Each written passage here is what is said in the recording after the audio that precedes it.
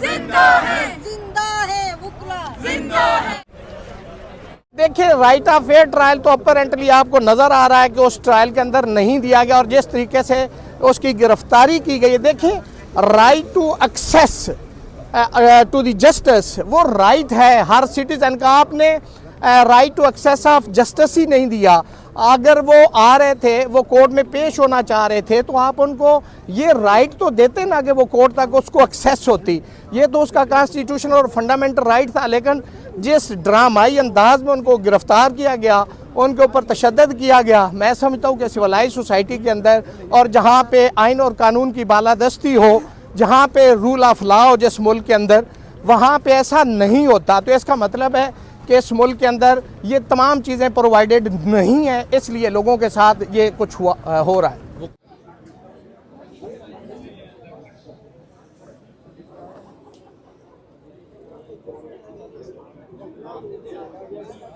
जिंदा है वुकला जिंदा है। देखें, वो काफ़ी अरसे से आपको पता है इस बात का इज़हार भी कर रही थी कि मुझे 7 साल की सज़ा दी जाएगी और मुझे जो है ना गिरफ़्तार किया जाएगा। ये आप अगर उनके सारे इंटरव्यू लें तो एक बंदा जो पहले से ये बात कह रहा है, उनको 7 साल की नहीं बल्कि 10 साल मज़ीद ऐड कर दिए गए, उनको 17 साल की दी गई। तो एक शख्स जिसके खिलाफ प्रोसीडिंग हो रही है, जब वो अपने कंसर्न शो कर रहा है, तो ये उसका राइट होता है कि उस कंसर्न को एड्रेस किया जाए। तो उनको बेसिकली वहाँ इसलिए रोका गया ताकि यहाँ की जो प्रोसीडिंग हो रही थी मोजोका साहब की कोर्ट में, उसको हर 2 सूरतों में उनको रोका जाए कि वो इस प्रोसीडिंग में ना आए और अपना दफ़ा न कर सकें। उनके दफ़ा के हक़ को ख़त्म किया गया। जाली FIR लाई गई जिनका किसी जगह पे भी पहले जो है ना कोई रिकॉर्ड मौजूद नहीं था, ताकि उनको हर 2 सूरतों में अरेस्ट किया जाए।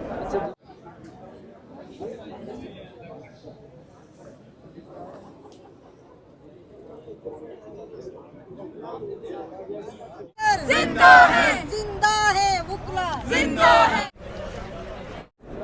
वहाँ पर FIR को डिस्क्लोज़ नहीं किया जा रहा था, और यहाँ पर जो जिरा के दिन भी ख़त्म हो रहे थे, 3 दिन हाई कोर्ट ने दिए थे कि 3 दिन में आप जाके जिरा मुकम्मल करें। तो फिर फाइनल डिसीजन हुआ कि हम जाके जो इस्लामाबाद हाई कोर्ट की वैन में जाके वुकला की क़यादत में जाके इनको वहाँ पर पेश कर देते हैं। जैसे उसमें साथ में जो हाई कोर्ट की बार है, उनके सदर थे, सेक्रेटरी थे और कुछ दीगर वुकला भी थे।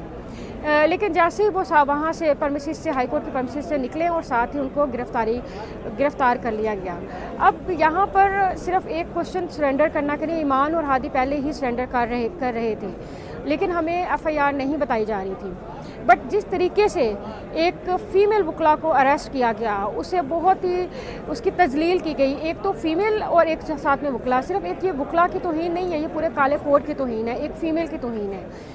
उसके बाद जब उसे अरेस्ट कर लिया गया, जब रिमांड के लिए पेश किया गया, तो हमारे जो दूसरे वुकला पेश होना चाह रहे थे ATC में, उनको पे तशद्दुद करके बाहर निकाला गया। यहाँ पर एक तो जुडिशरी जो उनसी है, जुडिशरी को स्टैंड करना चाहिए था। अगर एक फ़ीमेल वुकला मांग रही है कि अभी मुझे अपनी FIR बताई जाए और साथ में हमें प्रोटेक्शन दी जाए, तो क्यों नहीं उसे प्रोटेक्शन दी गई, पहली बात। दूसरी बात, इतना तशद्दुद क्यों किया गया। एक फ़ीमेल को अगर सज़ा देनी थी, वो तो पता था कि उसकी जो ट्रायल चल रहा है उसमें सज़ा होनी है, वो सज़ा तो आप वैसे भी दे सकते थे। लेकिन इतना ज़्यादा हरास करके और पूरी 3 दिन के लिए हाई कोर्ट को IG ऑफिस बना के इन्होंने क्या प्रूव करना था, ये सब इसमें शदीद मज़म्मत करती हूँ मैं। और साथ में जो हमारे वुकला हैं उनकी रिहाई का मुतालबा भी करते हैं। साथ में ये जो हो रहा है, ये मुल्क में अगर कोई किसी ने ट्वीट कर दिया या कोई हुआ है, ये सब हमारी वुकला की वजह से नहीं हुआ। हम तो वुकला तो सिर्फ रूल ऑफ लॉ के ऊपर खड़े हैं, हम तो सुपरमेसी ऑफ कॉन्स्टिट्यूशन कहते हैं, हम तो आइन और कानून की बात करते हैं, और वो भी आइन और कानून की बात करती थी। हम उससे बढ़ के कुछ भी नहीं बात कर रहे हैं।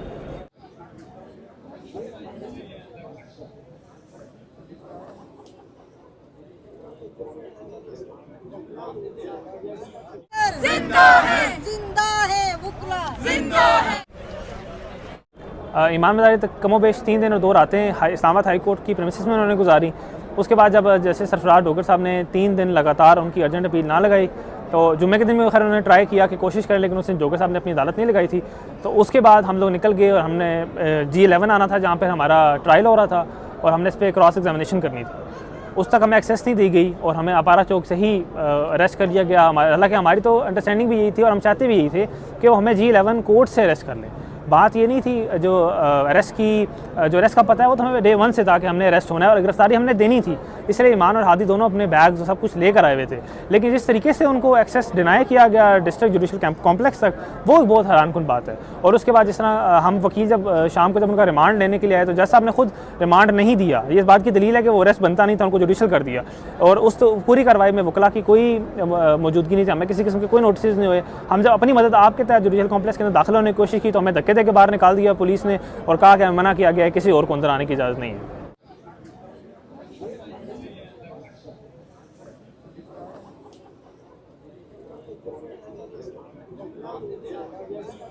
जिंदा है वुकला, जिंदा है।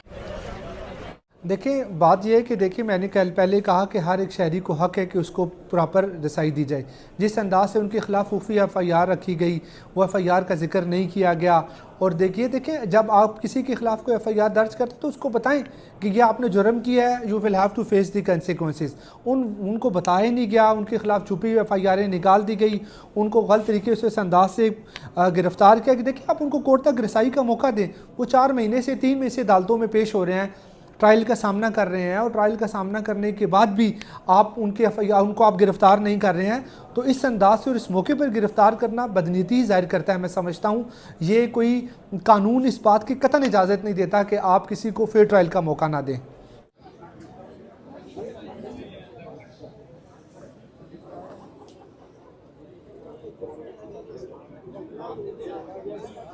जिंदा है वुकला, जिंदा है।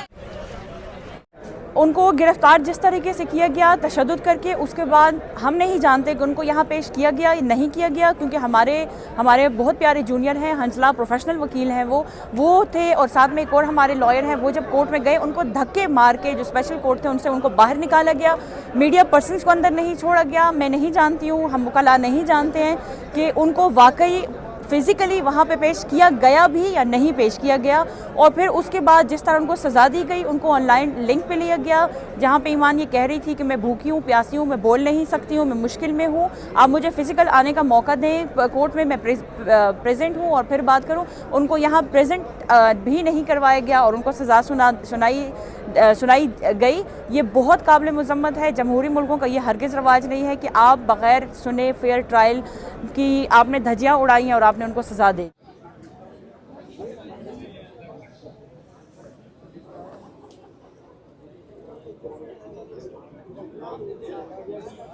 जिंदा है वुकला, जिंदा है। देखें, इसी रवैये के लिए आज 3 दिन की हड़ताल की है और वो इतना गलत रवैया है कि मुझे अपने घर से, मैं जहाँ कोर्ट में आके बतौर वकील काम करता हूँ, आपने मीडिया पे देखा उस वकील को धक्के दे के आवाज़ आ रही बाहर निकाल रहे हैं। तो मैं यही तो कह रहा हूँ, जिस फोरम में हम खड़े हैं इनको मजबूत होना है। इस्लामाबाद डिस्ट्रिक्ट बार की कैबिनेट प्रेसिडेंट को हम तो साथ हैं, इस्लामाबाद बार काउंसिल के मेंबरान को और इस्लामाबाद हाई कोर्ट के सदर को। ये हमारी कमज़ोरी है, ये हमारी वीकनेस है तीनों बार की कि आज हमें धक्के भी लग रहे हैं और हमारे ऊपर पर्चे भी हो रहे हैं। और मेरा ख्याल है इसमें हमारे जो रवैये हैं वो दुरुस्त नहीं है। हम एक बिल्डिंग की खातिर, हम एक चैम्बर्स की खातिर आईन की बालादस्ती और कानून की हुक्मरानी पे वकला के या आपके फंडामेंटल राइट्स के सौदे करें, तो ये हमें सोचना है। ये हमारे लिए अलमिया है। यही बार थी जब अदरिया की तहरीक थी, मैं प्रेसिडेंट था, हमें जहाँ आके पुलिस वाले आके इंटीमेट करते थे। आज हमारे लिए कितना मुश्किल है कि एक कंस्टेबल लोगों को धक्के दे के बाहर निकाल रहा है। और बाहर के जो हमारे ओहदेदार हैं, ये इनको सोचना है कि आपने जिस तरीके से कल आए उसके बाद आपने क्या एक्शन ले रहे हैं। और अभी आप हुकूमत के साथ भी हैं और हमारे साथ भी हैं। एक इनको बताना पड़ेगा कि हम किधर खड़े हैं। क्या हम आइन की बालादस्ती और कानून की हुक्मरानी और फंडामेंटल राइट्स के साथ खड़े हैं या उनकी मान रहे हैं। तो मुझे ये लगता है कि ये भी जो चीज़ हुई है आज भी, ये भी सारी कंट्रोल्ड है।